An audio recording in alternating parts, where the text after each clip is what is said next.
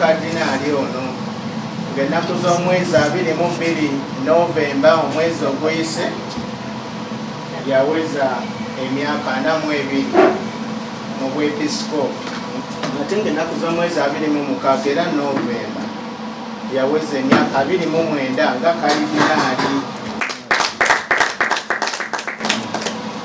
Kati olwaleero awezezza emyaka 97 egy'obuzaale, gye bujjako katono awo nga 21 omwezi guno ajja kuba aweza emyaka 66 egy'obusosoloti, ate nga 25 ye feast day Emmanuel.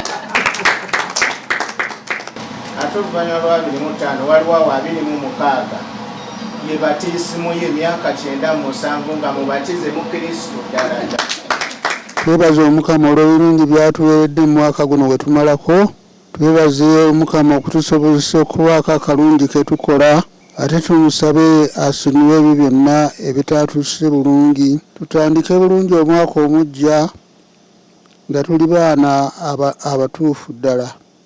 Mbaagaliza Krismas ennungi n'omwaka ogw'emirembe.